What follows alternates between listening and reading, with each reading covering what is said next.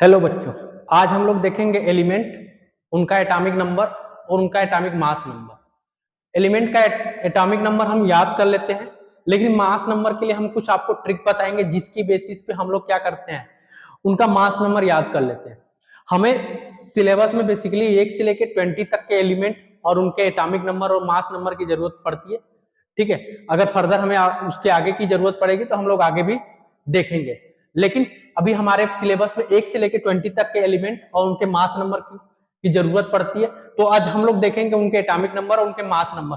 तो जो हमारा एटॉमिक नंबर होता है वो एक तरह से हमारा सीरियल नंबर भी होता है।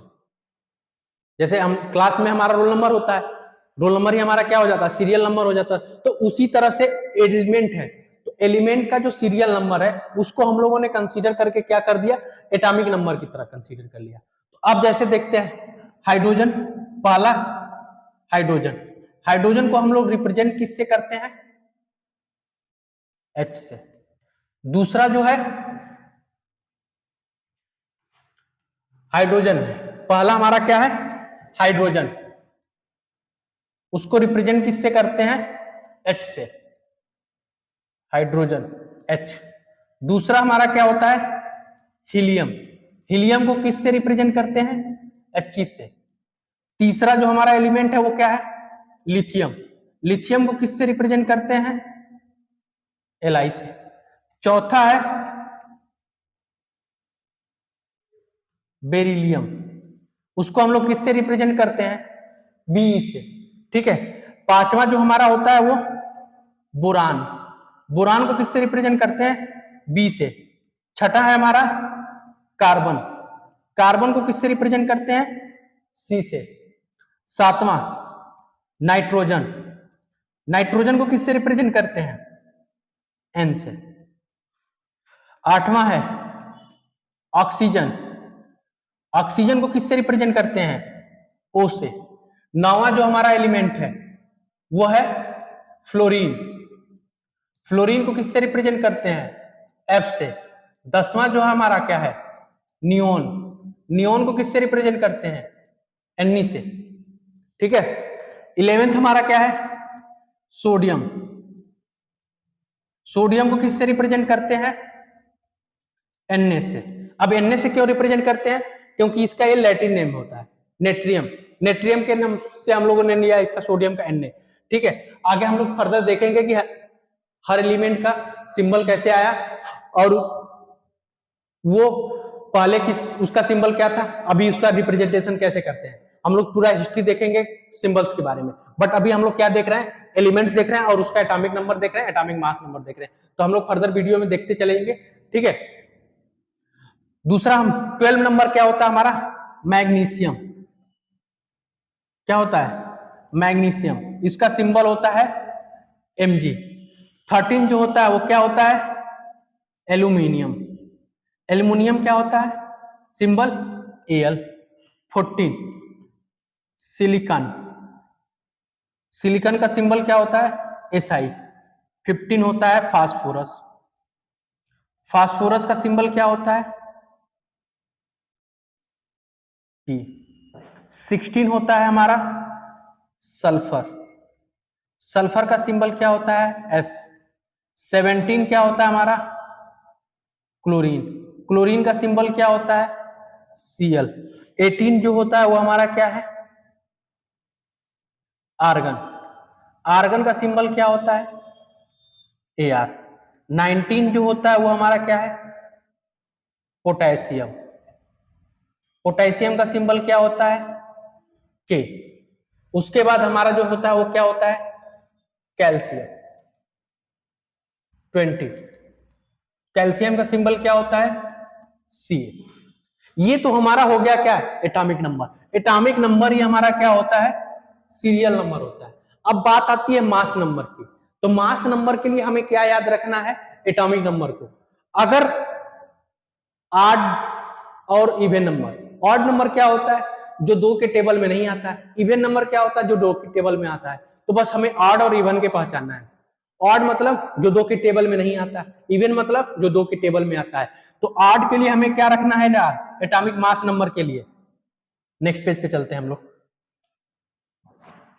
क्या देखना है, एटॉमिक नंबर को, एटॉमिक नंबर को क्या देखना है ऑड में, और दूसरा एटॉमिक नंबर को हमें क्या देखना है इवन में। अगर हम ऑड पहचान ले रहे हैं और इवन पहचान ले रहे हैं तो हमारा मास नंबर तैयार है। ऑड के केस में एटॉमिक मास नंबर क्या हो जाएगा, atomic mass number.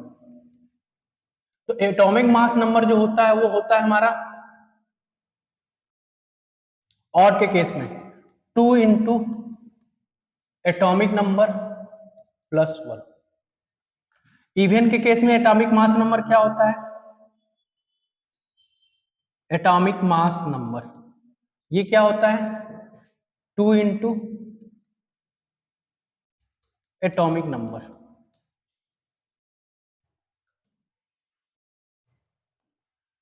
Atomic number plus 1। तो एटॉमिक मास नंबर ऑड के केस में क्या है,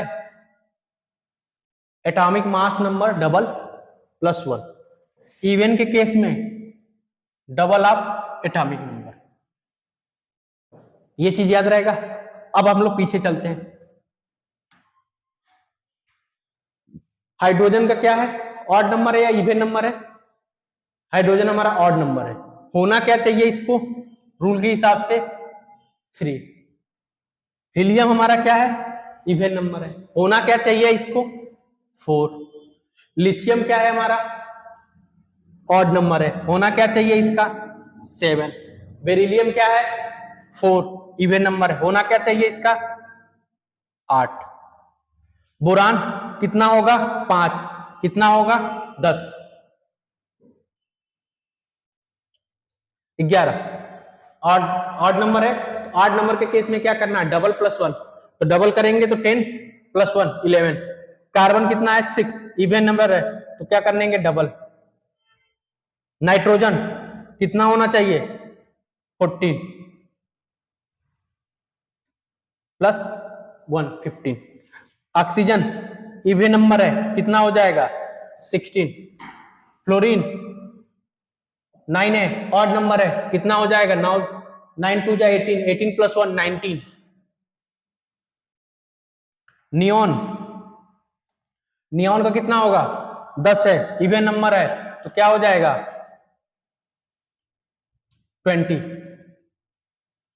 सोडियम ऑड नंबर है, कितना हो जाएगा 23। मैग्नीशियम इवन नंबर है 24। एल्युमिनियम ऑड नंबर है 27।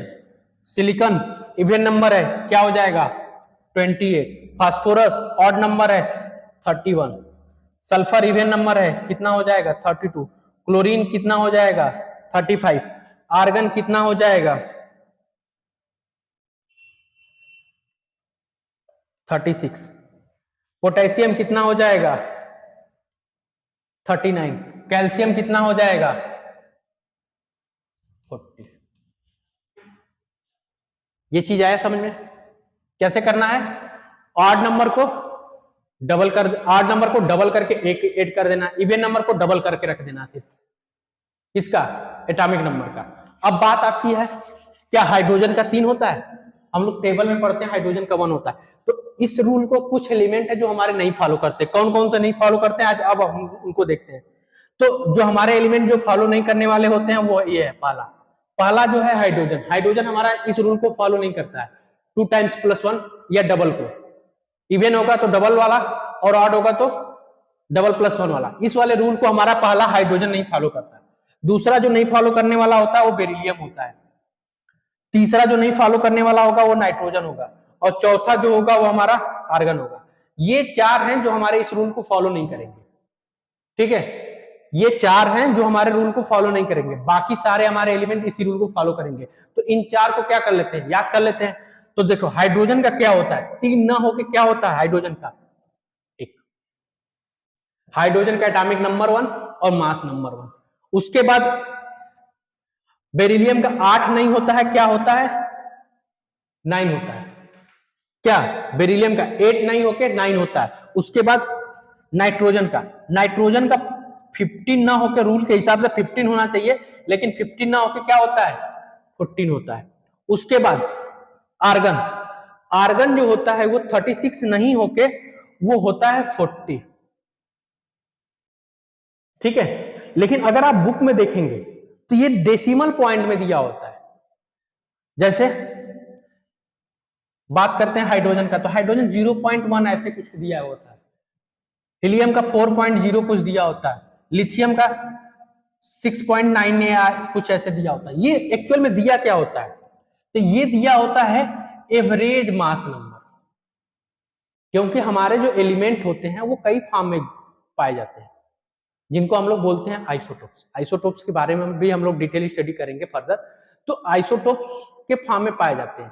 तो हम जो एलिमेंट को निकालते हैं एक्चुअली में वो एवरेज निकालते हैं, जो बुक में दिया होता है एवरेज। लेकिन हम लोग क्या करते हैं, अप्रोक्सीमेशन के साथ चलते हैं, नंबर के टर्म में याद करते हैं, ठीक है। हम लोग देखेंगे क्या एक्चुअल में एटॉमिक मास नंबर क्या होता है। एटॉमिक मास नंबर जो होता है वो sum of proton plus neutron होता है। क्या होता है atomic mass number, sum of proton plus neutron होता है। एक्चुअल में हमारा जो एटम होता है हम लोग कंसीडर करके चलते हैं वो सर्कल के टाइप का होता है, और उसका जो सेंटर होता है वो हमारा न्यूक्लियस होता है, ठीक है। क्या होता है, सेंटर जो हमारा होता है वो न्यूक्लियस होता है, और ये जो सरकमफ्रेंस होता है यही इलेक्ट्रॉन पाया जाता है।